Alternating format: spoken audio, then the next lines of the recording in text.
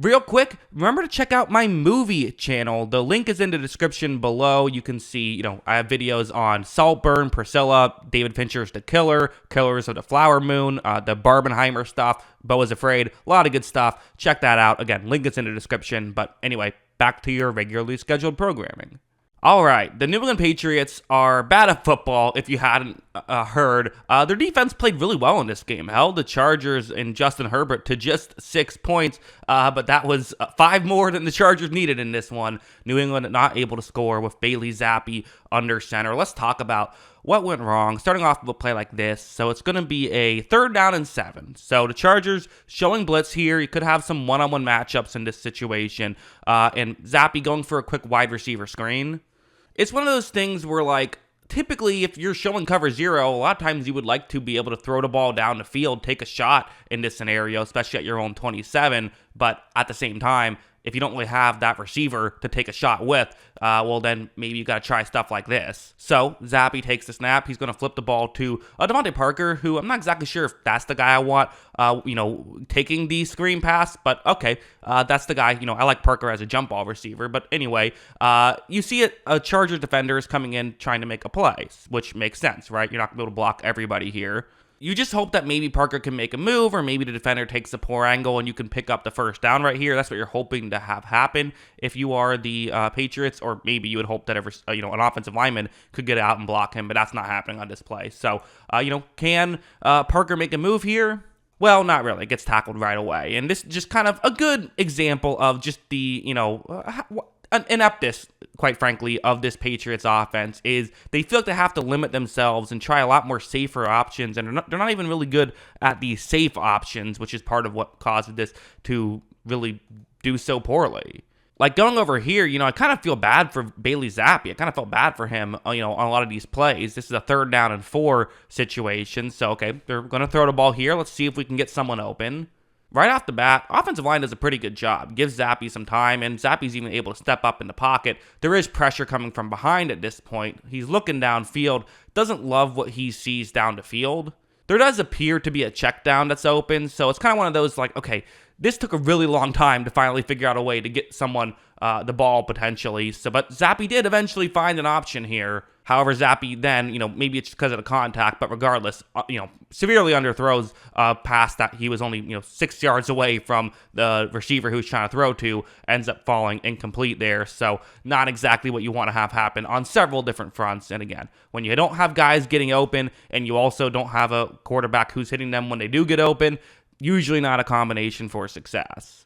Now, going over here, one thing that had been at least a somewhat of a strength for the Patriots in previous, weeks, at times at least, has been their running game. But even that was, I would say, not great in this one. And not to say that it was terrible. The overall numbers are pretty good, largely due to the 139-yard Tyquan Thornton run. They were under and pretty well under 4 yards per attempt in this game. Ramondre Stevenson was over 4 yards per attempt. He's a good player, but they were still making too many mistakes in the running game. This is a 3rd and 2, so okay, another 3rd down, right? If you can convert on some 3rd downs, that can change the dynamic of a game. In a one-score game like this, that could have flipped the game. I've highlighted one specific Chargers player. Watch who's going to block him. The answer is nobody. It wasn't one of those situations where it looked like someone was trying to get over and block him and just didn't get there in time. I think they just screwed up. Offensive linemen not on the same page, let a defender get straight through, and it's tackled for a loss right there on 3rd down and 2. I mean, that's one of those things where typically you see that and you say that's bad coaching, right? I mean, that's typically how you view this stuff. It's obviously weird with the Patriots where it's like, okay, Bill Belichick is obviously a Hall of Fame coach. He's, one of the best coaches to ever live. And to the people that say he was a product of Brady, well, there's been quarterbacks who have come, had similar success that Brady had, right? I would probably say Brady's the best quarterback of all time, but Peyton Manning wasn't that far off of Brady. And yet the success the Patriots had versus the success the Colts had it wasn't even close, right?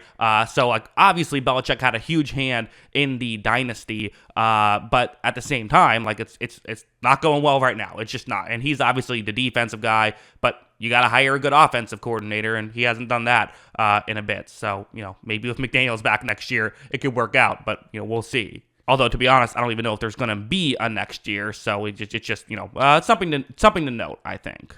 Also, a play like this, it's like, hey, 2 minutes and 2 seconds left, and to some degree, maybe if you're a Patriots fan, you're thinking, hey, here's an opportunity to finally score some points. Sure, we're at our own 9-yard line, but we're kind of forced to push the ball down the field. Well, no, you're not. They're still going to run a screen pass. This one, though, you think that you have enough blockers. You see how this could work. 2 blockers for 2 defenders in the area. Makes sense. Except one Zappe takes a snap, they both block the same guy, so now you have a defender once again getting straight through towards Parker, who once again is the guy who's getting the ball here, which is interesting.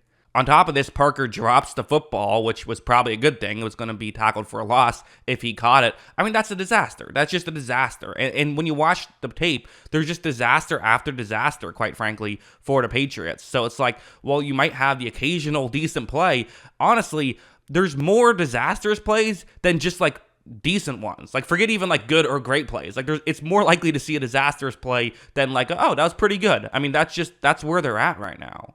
You also had something like this where we got to talk about Tyquan Thornton, who, the history of him, I think it's worth mentioning. The Patriots drafted him in the second round. He was picked, I believe, 50th overall, despite the fact that he was kind of projected to go in the early hundreds in that draft class. So it was considered a massive reach. I just fact-checked it. It's 130th was when he was projected to go. But this is why they brought him in. This type of route. One-on-one matchup on the outside. They said, hey, got blazing speed. We don't need a complete receiver.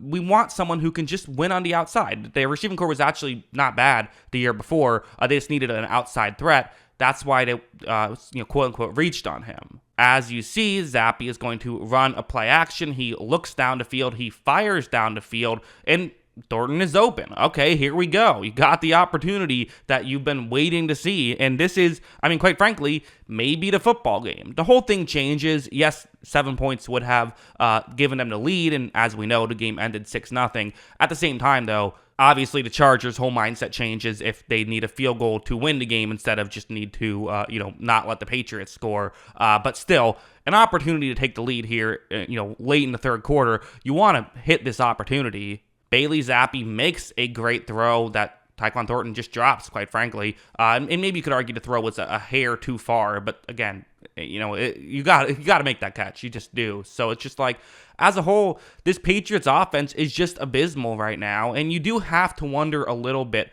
of. There's a lot of talk about them going with quarterback. They currently have the number 2 overall pick, and there's a chance of a number 1 overall pick. That's in the cards. It is. Right now, it's looking like number 2 seems the most likely. But if they do end up with a Drake May or a Caleb Williams in this situation, you got to do stuff to help them out, right? You can't just throw out this exact same roster with one of those 2 quarterbacks, because then you're going to see kind of similar stuff to what you saw with Mac Jones, of him learning wrong lessons on certain plays. So you definitely need a lot offensively. At the end of the day, sure, quarterback play matters a lot. Sure, that's the most important position in football. And sure, that, they need to upgrade massively.